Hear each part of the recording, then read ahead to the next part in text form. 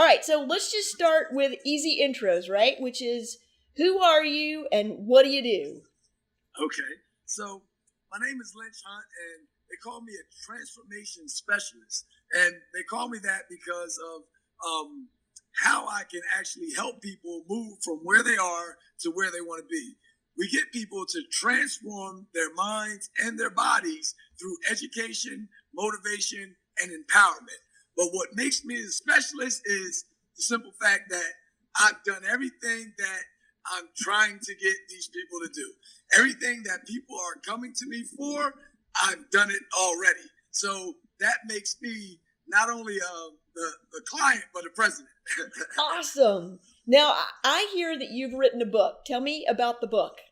Yes, the book, which is my fourth book, is called From Prison to Prosperity. Wow. And the book is not about me going to prison and spending 10 years in federal prison and coming home and being successful, opening up a gym and helping all these people transform their lives and becoming an author. It's not about that. It's about helping people identify their prisons in their everyday life. So many people are not having or achieving the life of their dreams, their goals, their aspirations. They put a lot of stuff on the shelf, and it's because there are shackles on them in certain areas of their life. A shackle simply means, the definition of it simply means something that stops you from progressing or moving forward. So if there's areas in your life where you have stopped progressing, where you've stopped moving forward, then there's a shackle there. That means there is your prison. We have identified that. I help people identify their prison so they can move forward and on to their dreams, goals, and aspirations. Harriet Tubman once said, I freed 1,000 slaves and I could have freed 1,000 more if they knew they were slaves.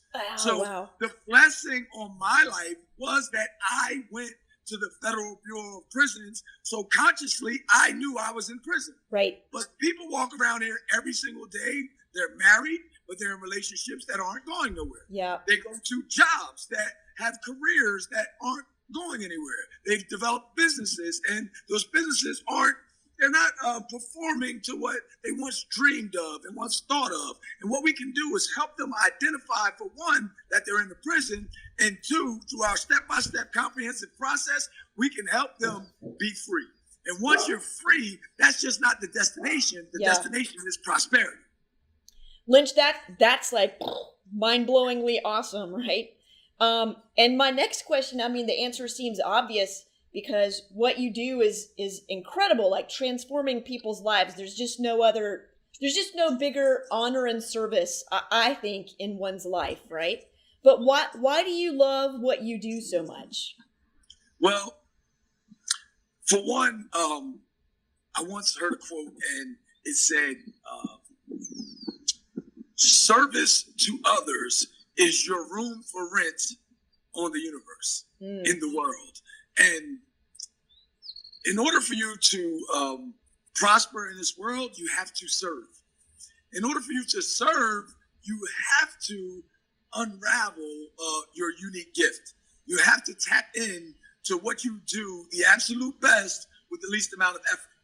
And the more people you service with your gift, the more space you get in this room, in this world. The more room you will have, the bigger your bank account will be, the more fruit you'll be able to bear, the more people that can sit under the shade that you develop from your tree, from your seed. So these are things that I know that I have a goal, and it's to help people understand their unique gifts and help people develop into trees that produce fruit. And other people come along and they eat fruit off of those trees that we've produced. But you're not always going to know the people that eat off the fruit from a tree that you helped grow. And the more people that you service, the more people that you help grow into trees that produce fruit that other people will sit under shade that you will never see. All right. So I wake up each and every day knowing that my unique gift will affect many, many people that I'll never even encounter Yeah. or never even meet. And that right there is my gift back to God. For him instilling this gift in me, he says, what you do with the gift now is your repayment to me. And therefore, he increases my platform. He gives me more people to service. He gives me more followers on my social media. He gives me more networking opportunities because I've been obedient with my duty, obligation, and responsibility to my gift. Yeah, that is powerful, man. Wow. You know what? We've known each other now for 10 minutes, and I'm just like, oh my gosh, I totally want to hang out with you. Not at 5 o'clock in the morning though. So tell me, I think you've kind of already answered what one of your biggest challenges is. I know we'll talk about that some more when you're with us next week. But tell me, what is your advice to someone who is afraid to become an entrepreneur? Okay, my biggest piece of advice to someone who is willing, who wants to become an entrepreneur, is to start where you are with what you have and make something happen. A lot of people don't take the first step. They say a journey of 1,000 miles begins with a single step. And they also say that 80% of success is just showing up. Amen. That means there's so much magic in taking a step and doing some work, and being uncomfortable. If you are willing to become uncomfortable longer than the next person, then your chances of success will increase tenfold. It will increase tremendously just by how much you're willing to be uncomfortable. And a lot of people don't step outside their comfort zone. They don't leave their jobs and their careers because they're not willing to be uncomfortable. So I've been conditioned to be uncomfortable, and what I do now is I take a bunch of calculated risks. I couldn't put author behind my name if I didn't take risks, if I didn't become uncomfortable. I couldn't put motivational speaker behind my name if I didn't take risks and become uncomfortable.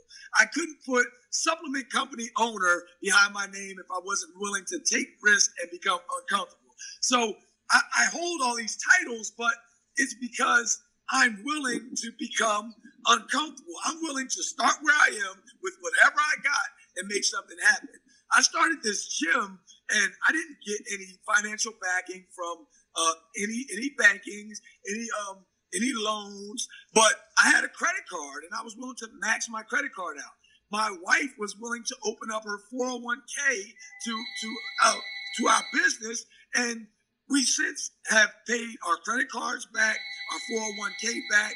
We both have over 800 credit scores, and we just closed on a house that it's almost $500,000, but we didn't even come out of pocket for that at all. So I didn't have any money 6 years ago.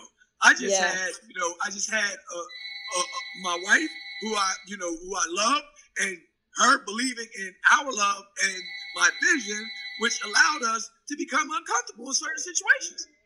I tell you what, that's the whole trick right there, right? That is the whole trick. I was just lucky enough to be at Venture Café Tokyo last week. Yes. And their motto is... That's why I didn't meet you, because you were traveling. Yeah, exactly. So their motto is action tops everything. Right? Yes. And it is so true. You have to, there's such power in an idea, but an idea is really nothing unless you execute on it. So let's use for a topic the acronym ACT. And we'll use ACT. And action changes things. Yes! That's what we're going to tell these entrepreneurs at Venture Café. Action changes things. And we'll show how much action has changed things in my life and all these people up here who have testimonials. And we'll focus on action for these entrepreneurs. What do you think? I love it. Let's do it. I'm in. Yes. For Prison to Prosperity teaches you how to act, right? That's fantastic. We'll play on those words all the way around. And that's what we're encouraging people to do, is to gain that self-confidence and that sense of, hey, you're not in this alone, through this community that we're building, where they can come in and say, gosh, I'm really struggling with this, or I need help here, or here's a place where I can actually celebrate my small wins, right? Yes. So let's do it. Let's act. So, Karen, let me give you a quick story. Yeah, All I love it. Here's the reason why I'm an author. Okay, when I was in federal prison, I was put in solitary confinement for a year. And when I was in Lynch? Really a year? Yeah, 65 days, right? Might have been a little over a year, but a whole year. And while I was there, I couldn't get any visits. I couldn't have any phone privileges or anything like that. So I was forced to communicate using my pen. I was forced to articulate my thoughts and communicate to escape my current circumstances, right? Yeah. To get some type of affection, some type of communication, some type of what would I say, some interaction with the outside world, right? Yeah. Because I wasn't leaving this confined space this whole time. Now, look, I'm able now I wrote my first book in 2.5 weeks. Two and a half weeks, I wrote my first book in 2.5 weeks. Wow. So imagine if I never decided to write, to correspond with people, was in that uncomfortable situation. Right. And I cultivated the talent and the skill to articulate my thoughts, right? To get to somebody else so they could understand how I was feeling and what I was thinking at that time. Yeah. And now here I am putting author behind my name, all because of what I did, how I acted in an uncomfortable situation. You know, you are, what's running through my head right now is Brene Brown, right? Wow.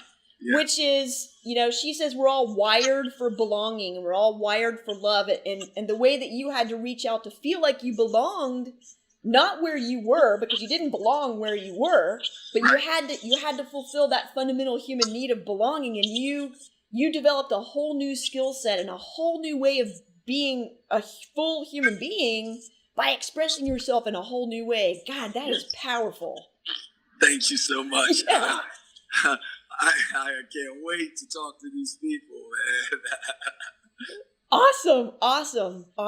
That is great. I cannot wait. All right, you have a great day. All right, hey, you too, bud. See ya. Bye-bye.